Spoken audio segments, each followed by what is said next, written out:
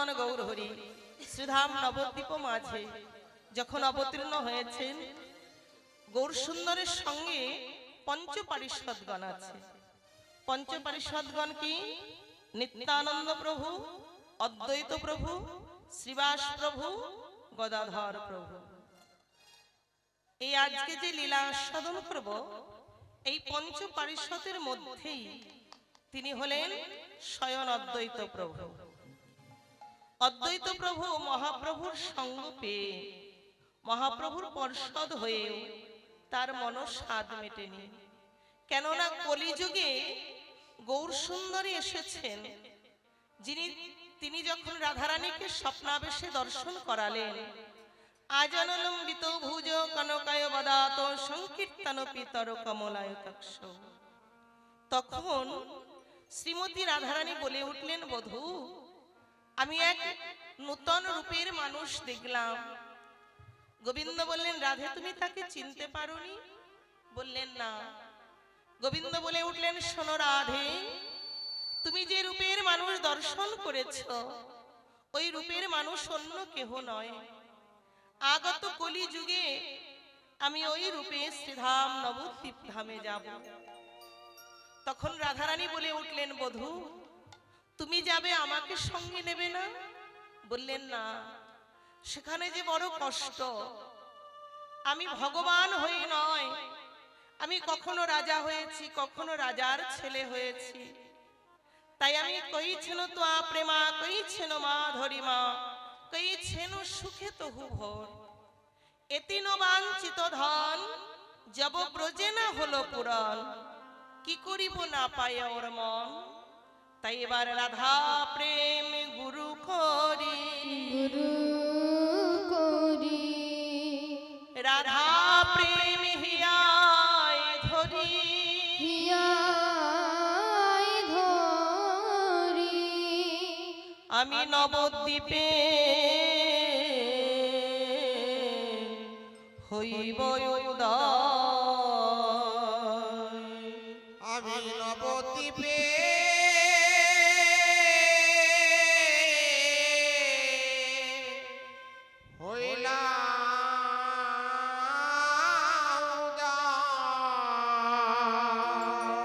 বললেন, বেশ প্রভু।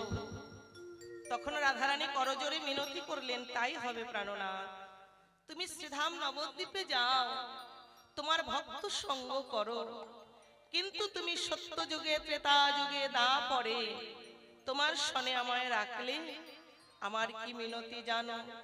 এই কলি যুগেও হে প্রাণনাথ, তুমি আমায় সঙ্গ ছাড়া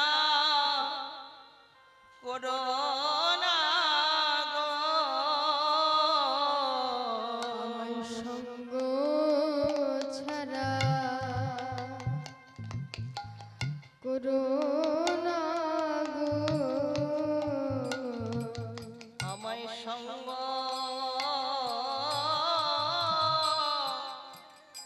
ছাড়া বধূ করো না গো। তুমি আমার সঙ্গ ছাড়া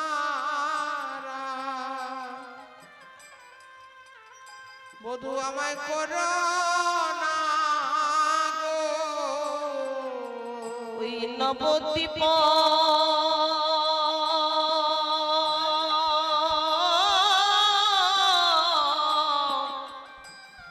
যখন ধামে যাবে, আমায় সঙ্গ ছাড়া করো না গো। যখন নবদ্বীপে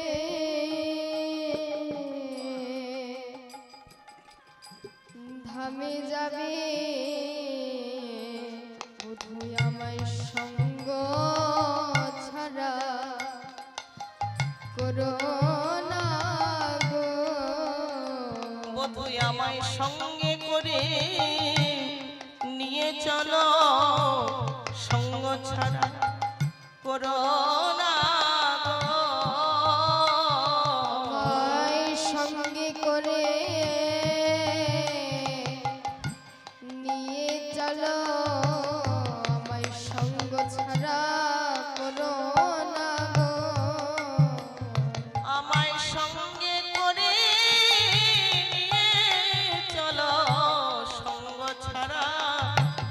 করো না গো। আমায় সঙ্গে করে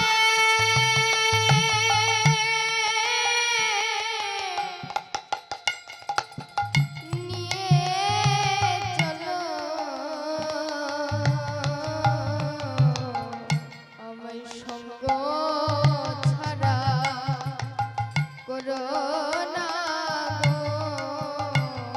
তোমার সঙ্গ ছাড়া হয়ে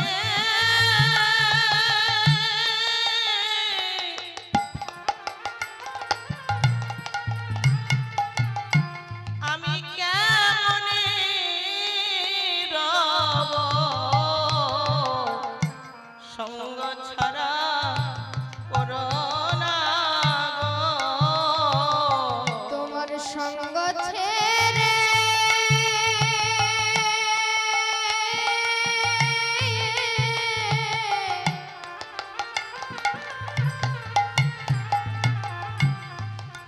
কেমনে রব,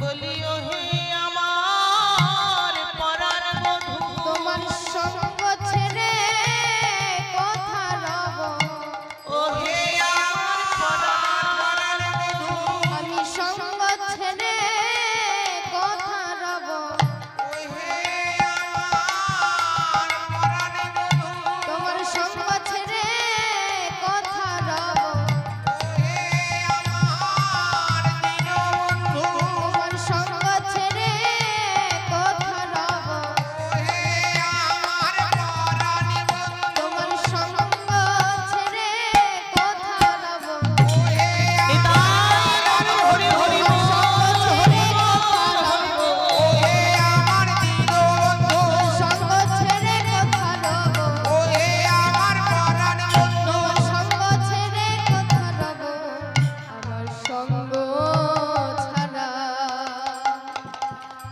করো না গো।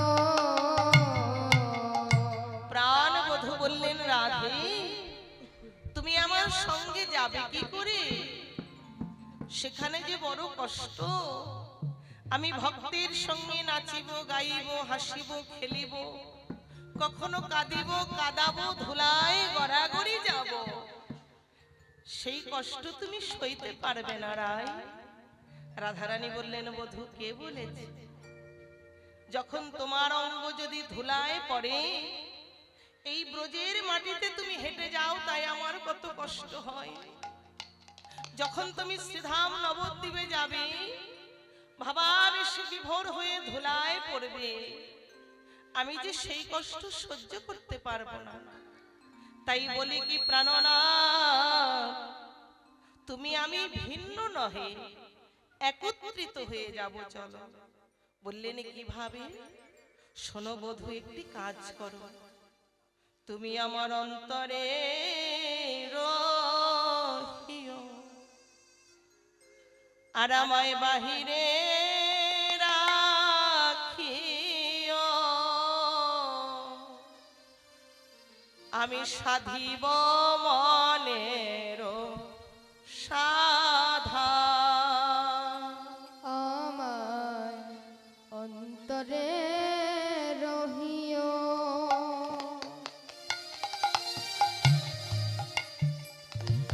আমায় বাহিরে রাখিও, সাধিও মনের সাধা। বধূ হে, তুমি আমার অন্তরে রহিও,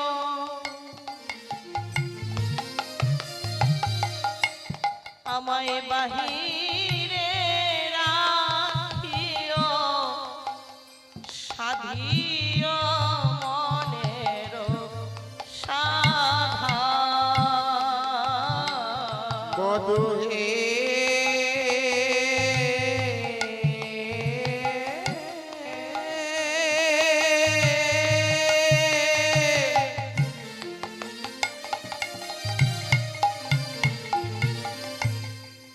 বধূ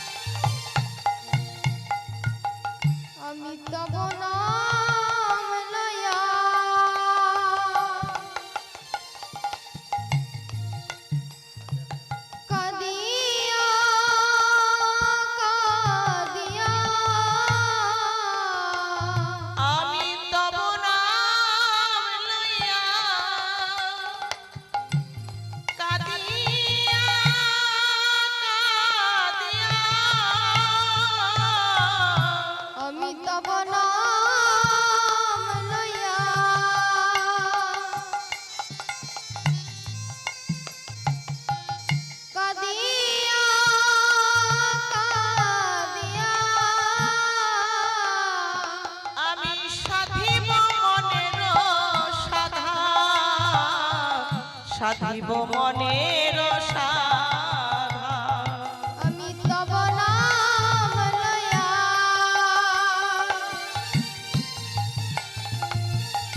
কাঁদিয়া কাঁদিয়া আমি সাধিব মনের সাধা, সাধিব মনের সাধা।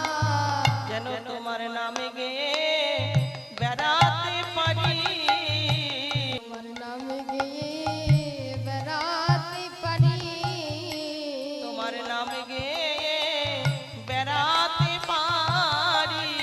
নামে গেয়ে বেড়াতে পারি।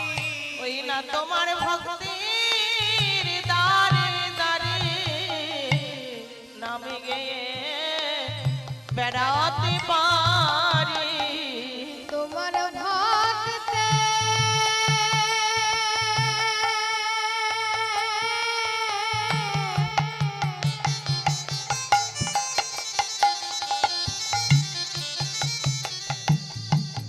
দারে দারে যেন নাম গিয়ে বেড়াতে পারি। এই বাসনা, এই বাসনা আমার চিতে নামে গিয়ে বেড়াতে পারি। বলে তোমার ভক্তে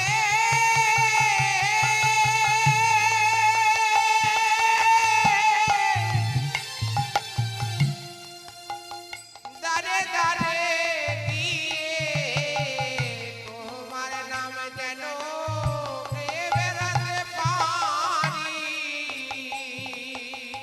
আমার এই বাসনা হৃদে সদাই জাগে নামে গিয়ে বেড়াতে পারি। আমার এই বাসনা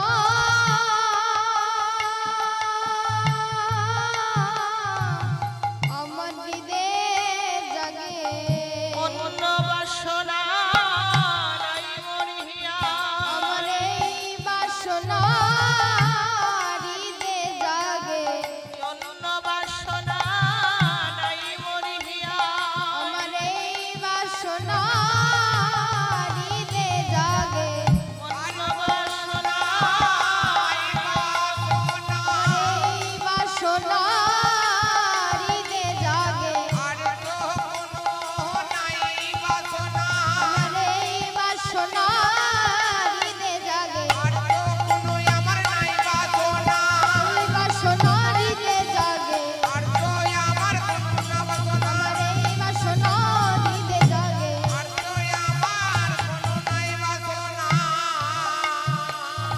তোমার নাম গেয়ে বেড়াতে পারি।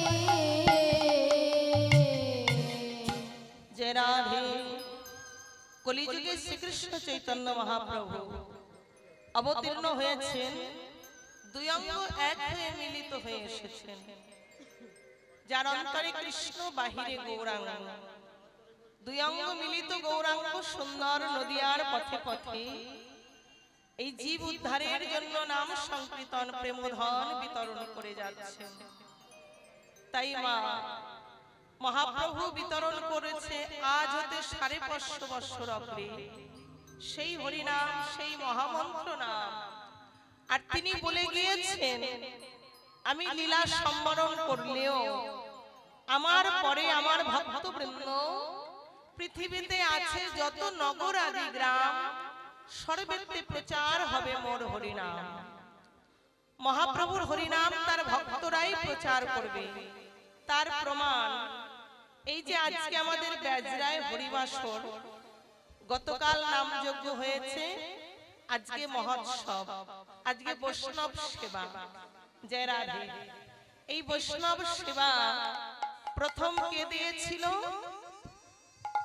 এই বৈষ্ণব সেবা এই যে কার্তিক মাসে দামোদর মাস বলা হয়, অনেক ভক্তরা এক মাস পালন করে, দাড়ি চুল নখ কাটে না, অনেক কিছু আহার করে না, যে সবজির মধ্যে বেশি বীজ সেগুলো নেয় না, এইভাবে মেনে গুনে চলে এবং প্রত্যেকদিন সকালে দাঁড়ে দাঁড়ে হরিনাম বিলায়। যেমন এই বেজরার অনেক মায়েরা একত্রিত হয়ে ভক্তবৃন্দ একসনে আপনারা নাম বিতরণ করেছেন 1 মাস। তারপর আজকে সেই দিন মহোৎসবের দিন। মহোৎসব মানে বৈষ্ণব সেবা। এই বৈষ্ণব সেবা প্রথম কে দিয়েছিল জানো বাবা? বৈষ্ণব সেবা প্রথম দিয়েছিল পাঞ্চালী। পাঞ্চালী মানে দ্রৌপদী। দ্রৌপদী একদিন ভগবান শ্রীকৃষ্ণকে বলল, সখা তুমি আমাদের সঙ্গে থেকে আমাদের হয়ে যুদ্ধ করে তুমি আমাদেরকে জিতিয়ে দিয়েছো। আমার স্বামীরা জিতে গিয়েছে, কিন্তু এই যে যুদ্ধে কত আত্মীয় স্বজন নিজের লোকের প্রাণ গেছে, তাই আমি তো চিন্তা করছি আমাদের তো কত অপরাধ হয়েছে। বললেন না, কোনো অপরাধ হয়নি। না সখা, অনেক অপরাধ হয়েছে, তাই আমার ইচ্ছে তুমি থাকবে সাক্ষাতে, তোমাকে নিয়ে আমি একটু বৈষ্ণব সেবা দেব। বললেন বেশ। ওমা তোমরা 1 মাস ধরে নাম বিতরণ করেছো, সকল মায়েরা আর বিলম্ব করো না, বেশ অনেক বেলা হয়েছে, তাড়াতাড়ি ভক্তবৃন্দ মায়েরা চলে এসো। কেননা যে বৈষ্ণব সেবার আয়োজন তোমরা করেছো, এরকমই বৈষ্ণব সেবার আয়োজন দ্রৌপদী করেছিল। এবার সখাকে জিজ্ঞাসা করছে, কৃষ্ণ আমি যে বৈষ্ণব সেবা দেব, এবার বৈষ্ণব সেবা সঠিক হলো কিনা সেটা কি করে জানতে পারবো? আমি কি করে বুঝবো যে আমার বৈষ্ণব সেবা হয়েছে? ভগবান শ্রীকৃষ্ণ বললেন, শোনো দ্রৌপদী, তুমি যদি ঠিক ঠিক ভাবে বৈষ্ণব সেবা দিতে পারো, তুমি যখন বৈষ্ণব সেবা দেবে, দেখবে তখন স্বর্গধামে ঢন ঢন ঢন শব্দে 3 বার ঘন্টা বেজে উঠবে। দ্রৌপদী বললেন, তাই আমার বৈষ্ণব সেবা সঠিক হলে, পূর্ণ হলে স্বর্গে 3 বার ঘন্টা বাজবে? বলল হ্যাঁ, স্বর্গে 3 বার ঘন্টা বেজে উঠবে, দেখবে। আচ্ছা বেশ, এবার বৈষ্ণব নিমন্ত্রণ করতে হবে। বৈষ্ণব নিমন্ত্রণ না করলে কি করে বৈষ্ণব সেবা হবে? বলল তাহলে নিমন্ত্রণের ভার কে নেবে?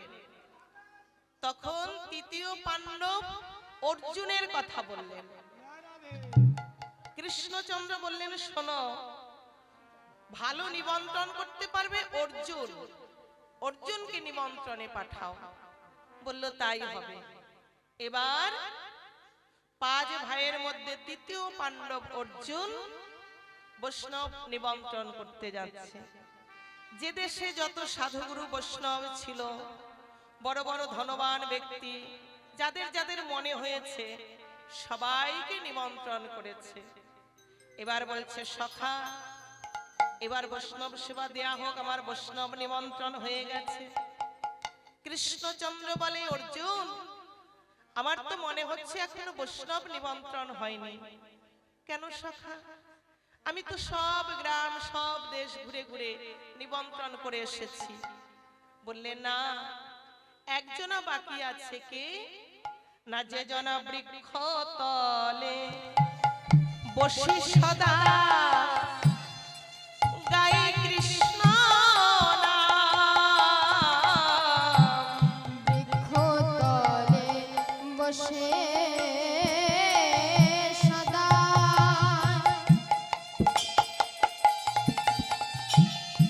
কৃষ্ণ নাম করে।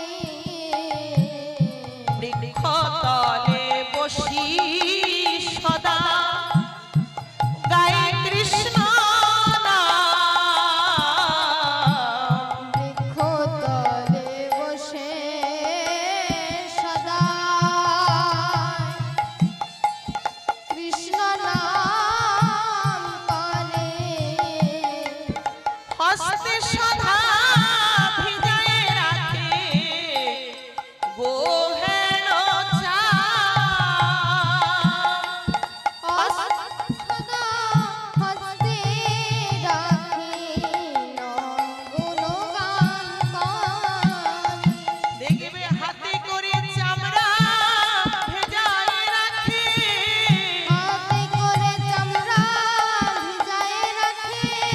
আহা মুখে সদা নাম গাহে, হাতে চামড়া ভেজাই রাখে।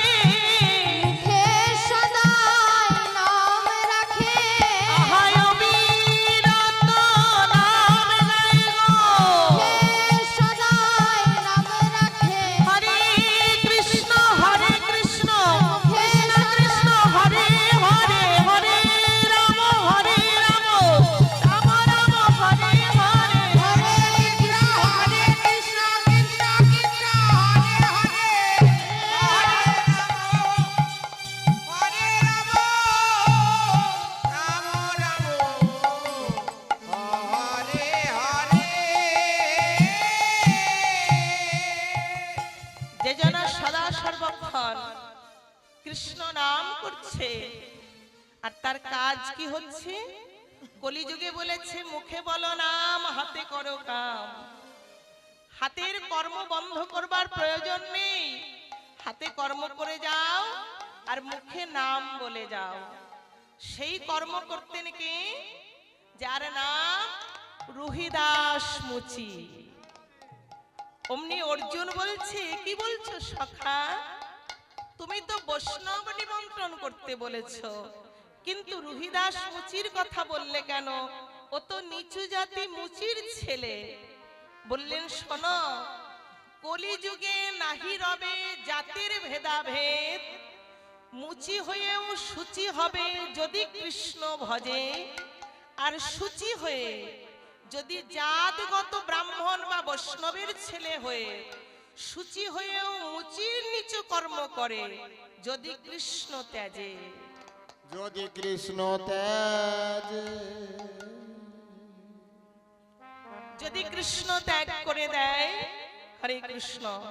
হে সাধুগুরু বৈষ্ণব, বাহ্যিক জগৎ এবং অন্তর জগৎ আপনারা হৃদয় দিয়ে অনুভব করবেন। যারা তত্ত্বের ঘরে শিক্ষা গুরুর চরণ আশ্রয় করেছেন তারা অবশ্যই জানবেন বাবা, এখানে ভগবান নিজের মুখে অর্জুনকে বলেছেন জাতির ভেদাভেদ নেই, যে জন কৃষ্ণ রক্ষা করবে। হরে কৃষ্ণ। কৃষ্ণ ধন, যে জন পিতৃবস্তু কৃষ্ণ ধন রক্ষা করবে, সে মুচি হলেও শুচি হবে যদি কৃষ্ণ ভজে, আর শুচি হয়েও মুচি হবে যদি কৃষ্ণ ত্যাজে। যদি কৃষ্ণ ত্যাগ করে, যদি সে কামুক জগতের লোক হয়, প্রেমের নিশানা নাহি জানে, তাহলে সে কৃষ্ণ ত্যাগ করে ফেলবে। জয় রাধে। সে ত্যাগ করে, হরি বল হরি বল।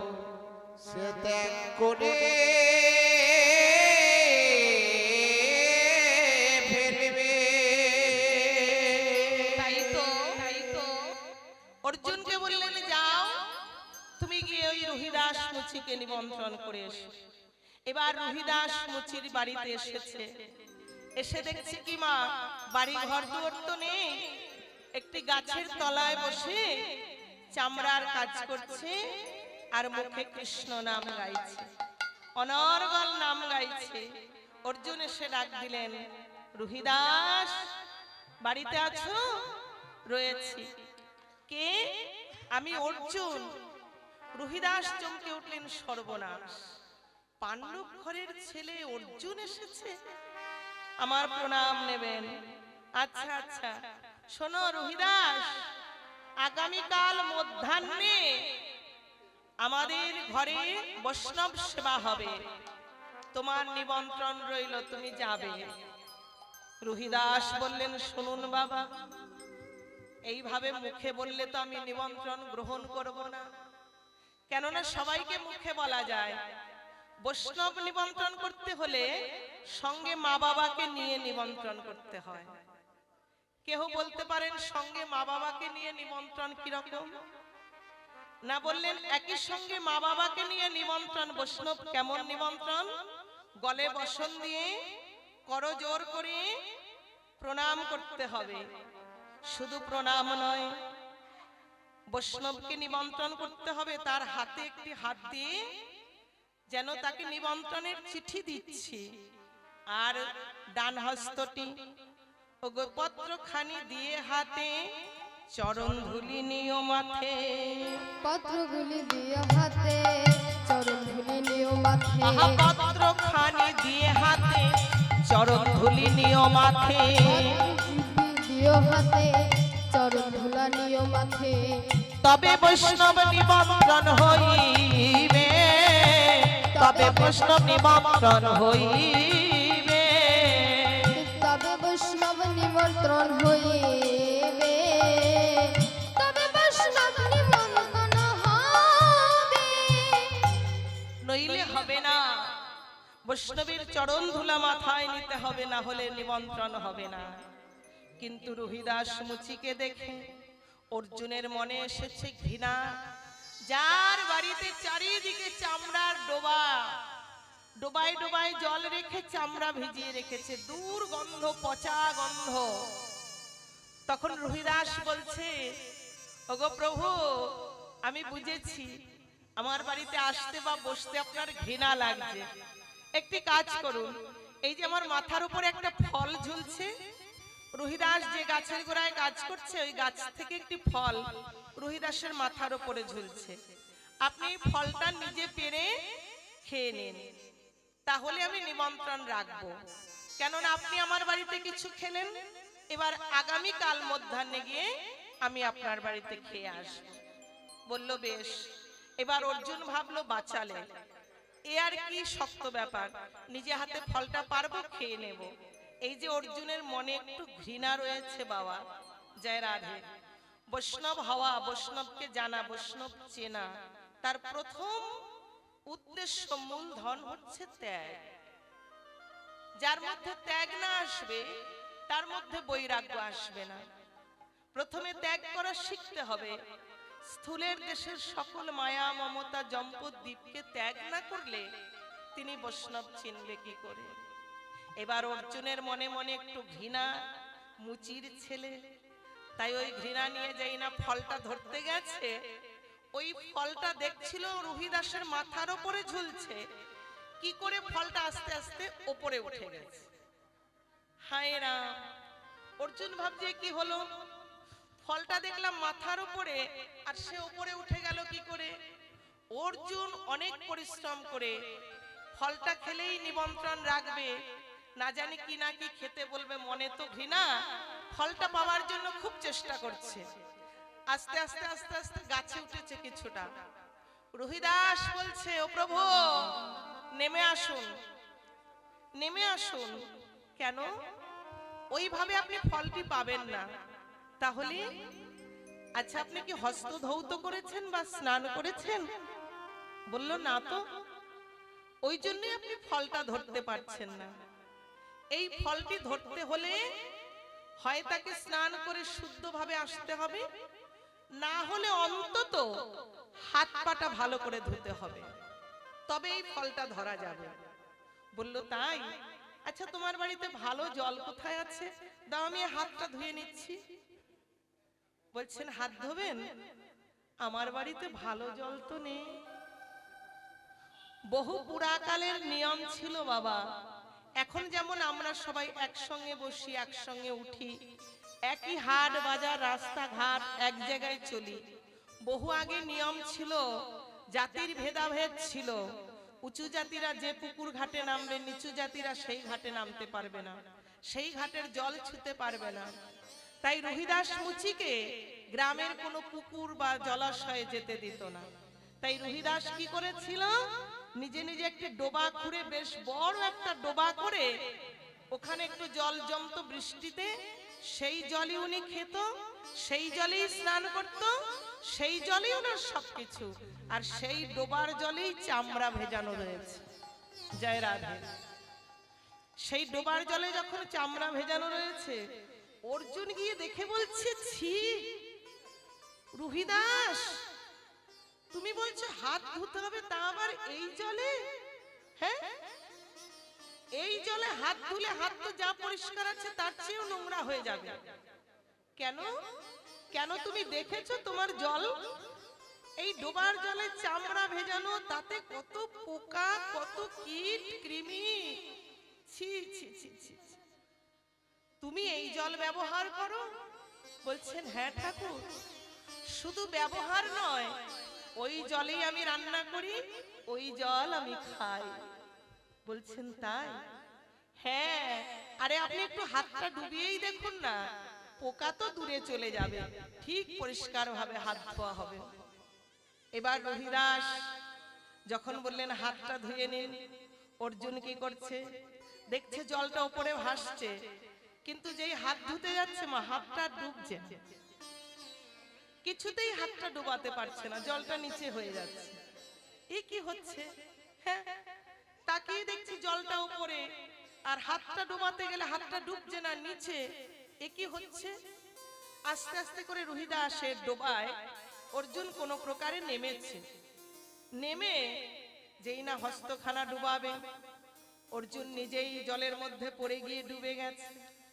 যেই না জলের মধ্যে একবার ডুবেছে, জলে তাকিয়ে দেখছে, ঘৃণা আছে তো মনে, কত পোকা দেখেছি, কত কীট কৃমি দেখেছি। যেই না ডুবেছে, জলে তাকিয়ে পড়েছে, তাকিয়ে দেখছেন কি, ওই জলের মধ্যে স্বয়ং মা গঙ্গা বসে আছে। মা গঙ্গা নিতাই গৌর হরি বল, বসে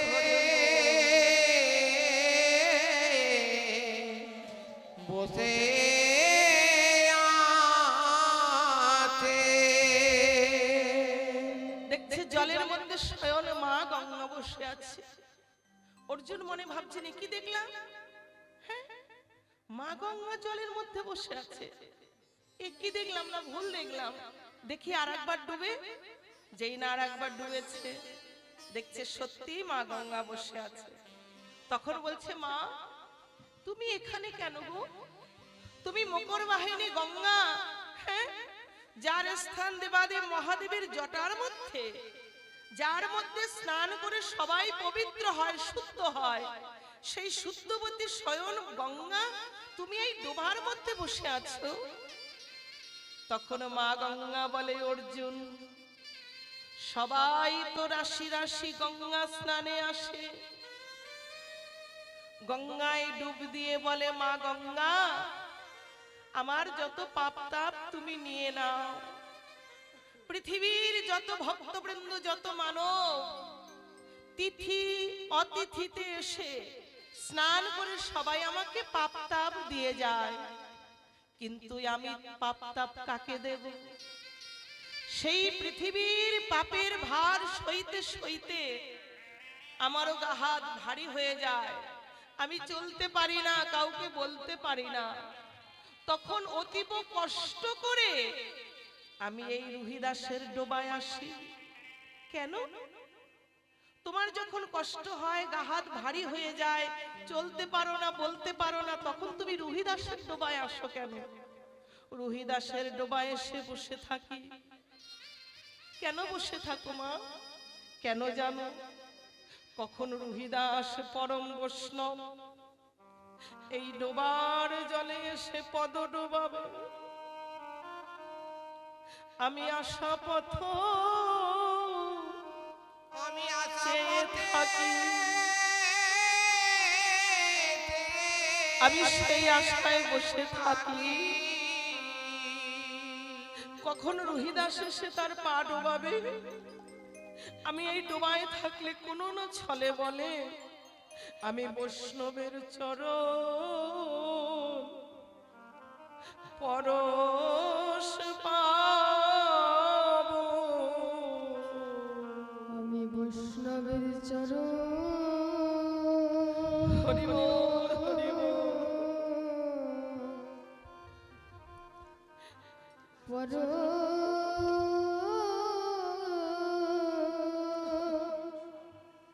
পরশ পাবো।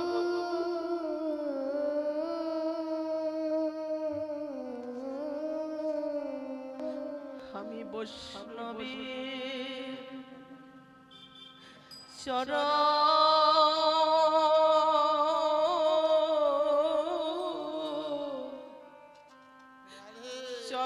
পরশ পাবো। আমি বৈষ্ণবে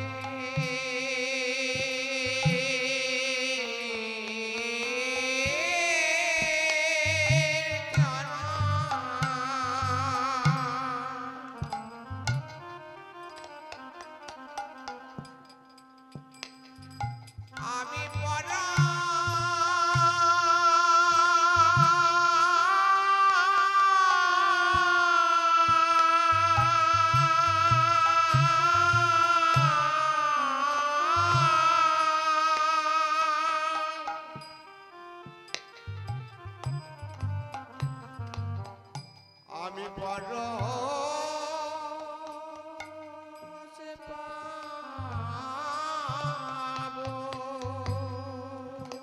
আমি বৈষ্ণবের চরণ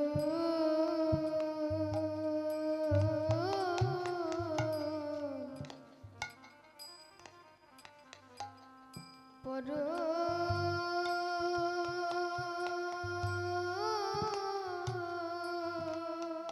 আহারে রাধে পরশ পাব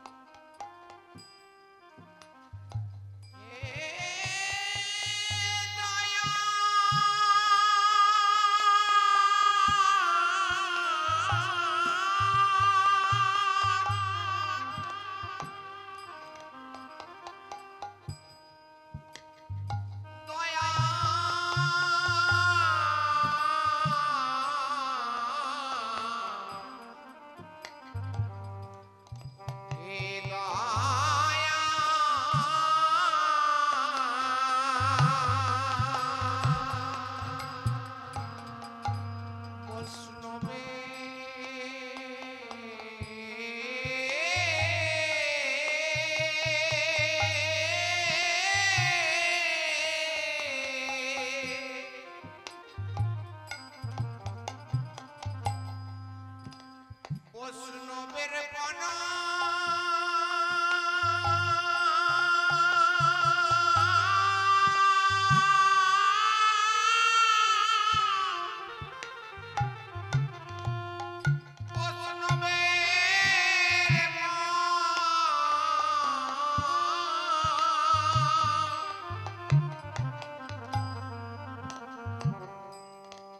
বৈষ্ণবের পর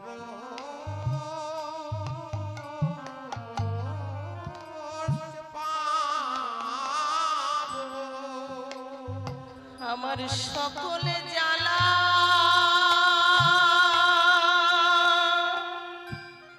হায়া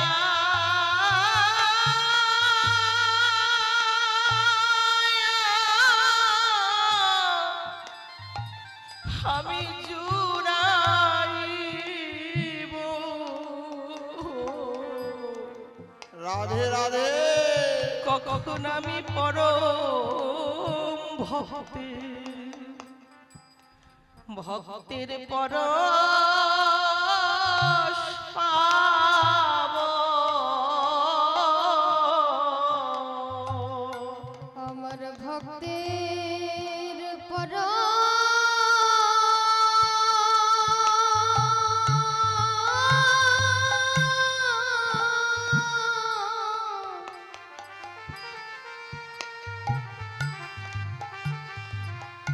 ভক্তের পরশ জ্বালা দূরে যাবে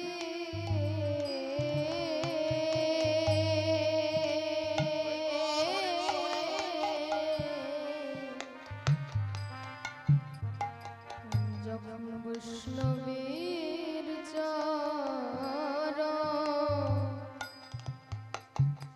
চরণ পর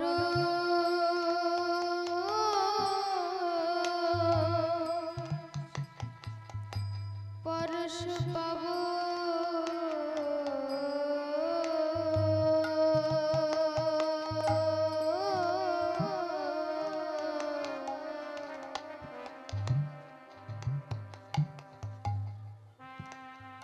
আমি কৃষ্ণ বলে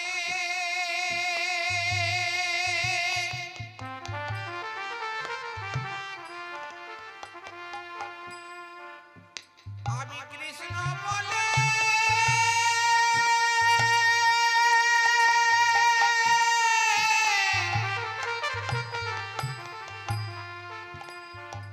আমি কৃষ্ণ বলে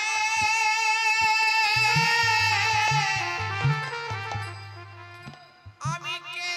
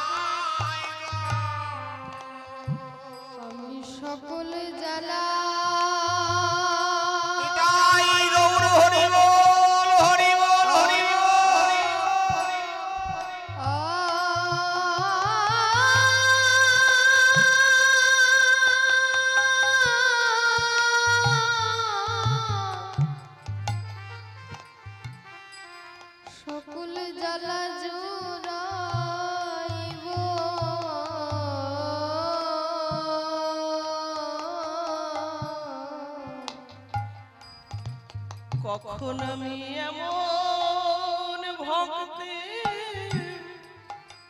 পরশ পাবো, আমার সকল জ্বালা জুড়াইব, আমি এমন ভক্তি পরশ পাবো, আমার সকল জ্বালা জুড়াইব। পরশে অঙ্গ শীতল হবে, আমার সকল জ্বালা জুড়াইব। ভক্তের পরশে অঙ্গ শীতল হবে, আমার সকল জ্বালা জুড়াইব, ভক্তের পরশে অঙ্গ শীতল হবে, সকল জ্বালা দূরে যাবে, কখন আমার সেই সময় আসবে, আমার সকল জ্বালা জুড়াইব, কখন সেই সুদিন আসবে, আমার সকল জ্বালা জুড়াইব, কখন সেই সুদিন আসবে, সকল জ্বালা জুড়াইব, কখন সেই সুদিন আসবে, হরি বল হরি হরি হরি বলে, সকল জ্বালা জুড়ে যাবে, কখন ভক্তের চরণ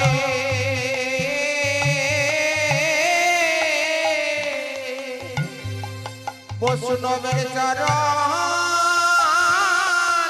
চরণে পাবো। হরি বল মা।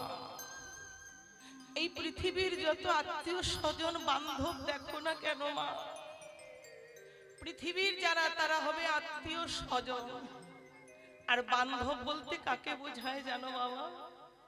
বান্ধব হয় গুরু গোসাই, গুরু রূপে গোবিন্দ। যদি গুরু রুষ্ট হয় কৃষ্ণ রাখিতে নারী, কৃষ্ণ রুষ্ট হলে গুরু রাখিতে পারে। তাহলে পরম বান্ধব হচ্ছে গুরুদেব, আমাদের যার যার গুরু। আর এই সাধুগুরু বৈষ্ণব ভক্তবৃন্দ যদি কেউ অনেক অনেক অপরাধ অন্যায় করে, চপল গোপালের মতো, জগামাধার মতো, জগামাধার পাপ নিয়ে মহাপ্রভুর অঙ্গ নীল হয়ে গিয়েছিল, সে কতটা অপরাধী ছিল, তথাপি সব নিজে সম্বরণ করে ভক্তকে উদ্ধার করেছে। তাই এই কলিযুগে পরম বান্ধব হচ্ছে সাধুগুরু বৈষ্ণব এবং পরম গুরুদেব। গুরু ছাড়াই পৃথিবী অন্ধকার মা। যেমন আয়না না থাকলে নিজেকে দেখা যায় না, আমরা দেখো বাবা মিছে মিছে গর্ব করি, মিছে অহংকার দেখাই, বলি আমার এ আমার সে, আমি এ করেছি আমি সে করেছি।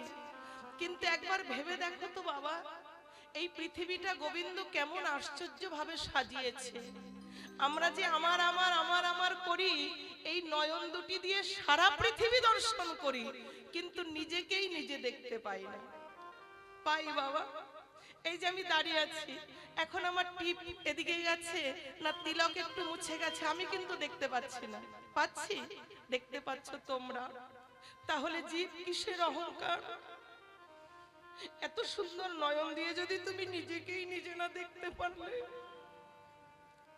নিজেকে নিজে দেখতে হলে, নিজেকে নিজে চিনতে হলে, ক্ষমার রাস্তা, ক্ষমার জায়গা হলো একমাত্র এই ভক্ত সঙ্গ, সাধু সঙ্গ। এই প্রেম বাজারে এসে পরম বান্ধবকে যদি কেহ স্মরণ করে,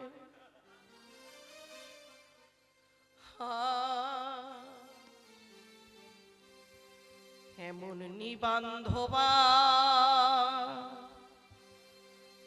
দেশের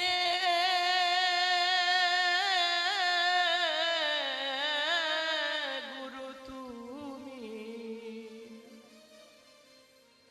তুমি বিনে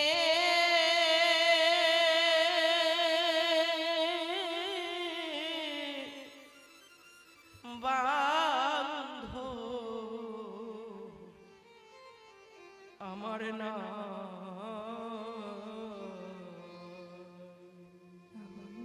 বান্ধবা দেশরে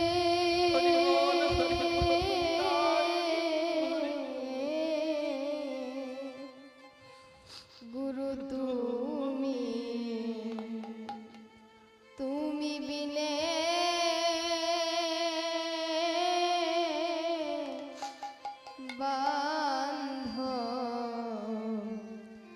বান্ধব কেহ না হারে এমন নিবান্ধবা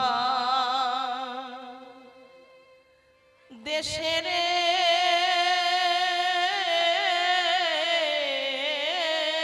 গুরু তুমি তুমি বিনে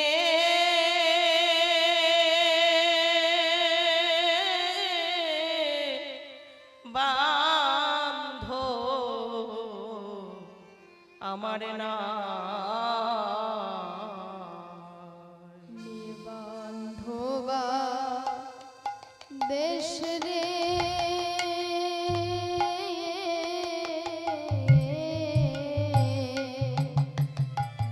গুরু তুমি তুমি বিনে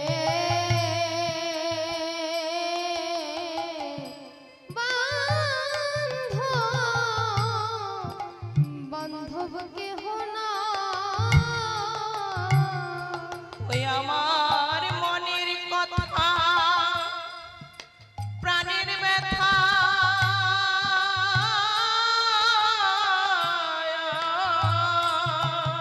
আমার মনের ব্যথা প্রাণের কথা আমার মনের ব্যথা প্রাণের কথা আমার মনের ব্যথা প্রাণের কথা গুরু আমি কার কাছে জানাই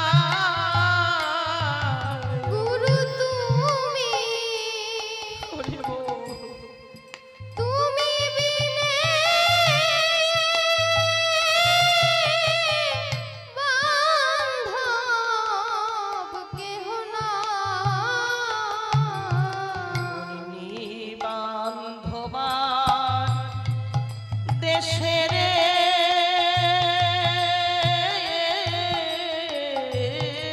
গুরু তুমি তুমি বিনে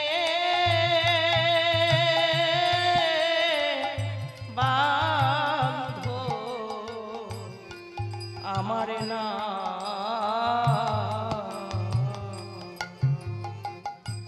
এই পৃথিবীর মধ্যে বান্ধব হচ্ছেন পরম দয়াল গুরুদেব। কেননা মনের কথা প্রাণের ব্যথা যদি অন্য কারোর কাছে জানাই, কারোর কাছে বলি, সে উপহাস করবে, সময় পেলে সেই কথা বলে আবার খোটা দেবে। কিন্তু যদি কেউ কায় মনোবাক্যে পরম দয়াল গুরুদেবের কাছে জানিয়ে রাখতে পারো, সেই তোমার ব্যথার ব্যথিক হবে, সে আর কখনো কষ্ট দেবে না। তাই তো বড় বড় মহাজনরা বললেন, গুরু কেমন ধন জানো, ত্রিতাবে জ্বালা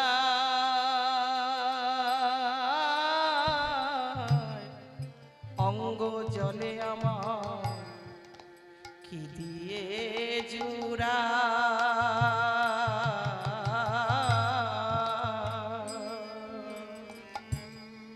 ত্রিতব জ্বালা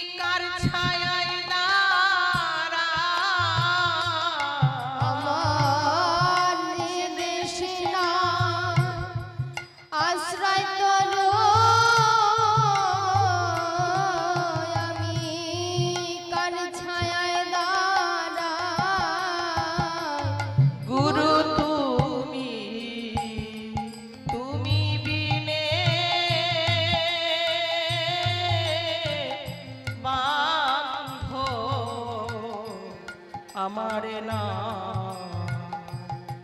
এমন নিবান্ধবা দেশের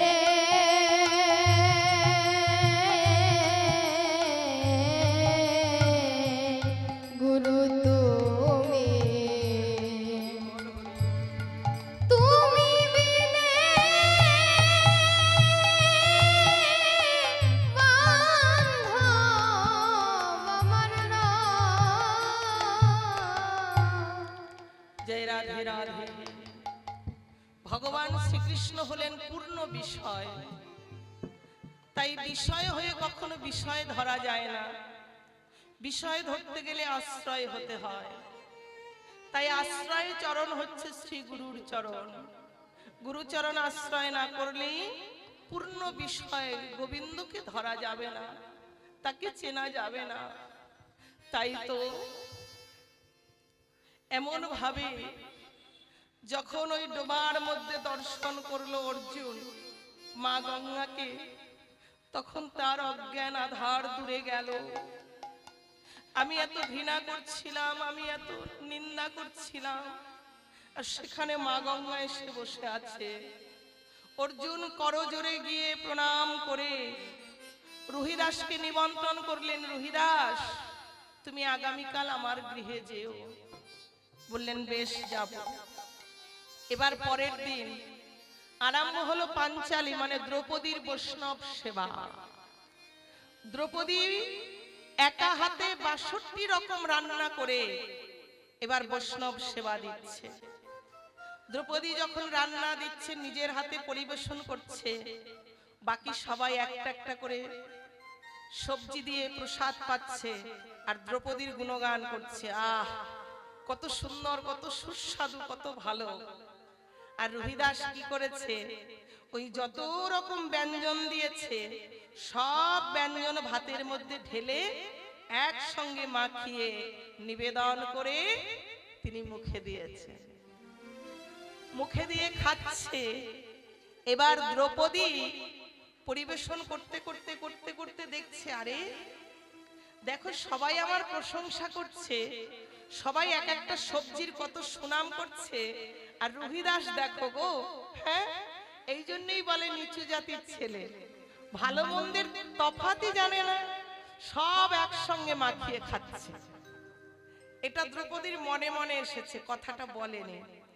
এসে দাঁড়িয়েছে, বৈষ্ণবদের সেবা হয়ে গেল, দেখছে স্বর্গে ঘন্টা তো বাজছে না। এবার ছুটে এসেছে, মাধব ও সখা তুমি যে বললে বৈষ্ণব সেবা হলে স্বর্গে ঘন্টা বাজবে, ঘন্টা বাজছে কই? ঘন্টা তো বাজছে না।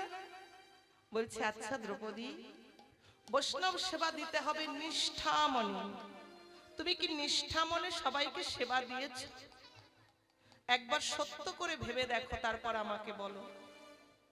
অমনি দ্রৌপদী করজোর করে বলছে, সখা আমার মনে পড়ে গেছে, যেন সবাই ভালো ভালো খাচ্ছিল, প্রশংসা করছিল, আর একজনা ওই কর্নারে বসে সব একসঙ্গে মাখিয়ে প্রশংসা। তখন বললেন আমি কি করেছি? আমার মনে মনে এসেছিল ও বুঝি নিচু জাতের ছেলে, তাই ভালো করে রান্নার পদ খেতেও পারে না আর কোনো প্রশংসাও জানে না। বলল তার জন্যই তো তোমার ঘন্টা বাজেনি। তোমার মনের মধ্যে অহংকার দেশহিংসা থাকলে বৈষ্ণব সেবা হবে না, নিষ্ঠা মনে বৈষ্ণব সেবা দিতে হবে। তাই দ্রৌপদী ক্ষমা চেয়ে আবার পরের দিন খুব শুদ্ধ পরিষ্কার ভাবে রন্ধনাদি সেরে যখন রুহিদাসকে সেবা দিয়েছে, রুহিদাস পরম বৈষ্ণব পরম ভক্ত, যত রকম ব্যঞ্জন ছিল সব পাত্রে নিয়ে একসনে মাখিয়ে যেই না রুহিদাসের মুখে দিয়েছে, অমনি দেখছেন কি স্বর্গেতে ঘন্টা বাজিল মর্তে জয়ধ্বনি, স্বর্গেতে নিতাই হরি বল, মর্তে জয়ধ্বনি, স্বর্গেতে ঘন্টা বাজিল মর্তে জয়ধ্বনি, স্বর্গেতে ঘন্টা বাজিল মর্তে জয়ধ্বনি, পূর্ণ হলো পাঞ্চালী বৈষ্ণব সেবা খানি, পূর্ণ হলো পাঞ্চালী বৈষ্ণব নন্দনী, আর পূর্ণ হলো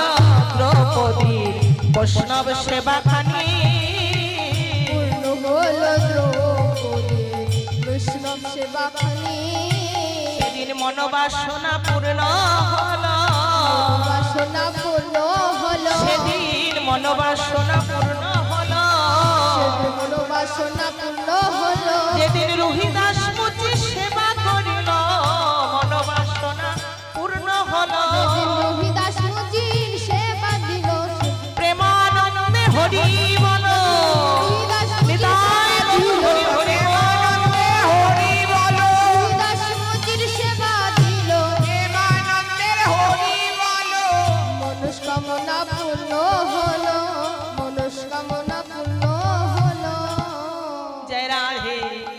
তাই মা আজকে বেজরার হরিবাসরে সকল মায়েরা সকল ভক্তবৃন্দ যারা 1 মাস ধরে দামোদর মাসে নাম বিতরণ করে এই মহোৎসব এই অনুষ্ঠান আজকে তারা বৈষ্ণব সেবা দেবে 12টায় মধ্যাহ্নে গোবিন্দের ভোগ হবে যেন সেই বৈষ্ণব সেবা আপনাদের সাধুগুরু বৈষ্ণবের কৃপায় আশীর্বাদে আমার দ্রৌপদীর মতো হয় স্বর্গধামে ঘন্টা বাজে সবাই আশীর্বাদ করে যাবেন শ্রী গুরু প্রেমানন্দে নিতাই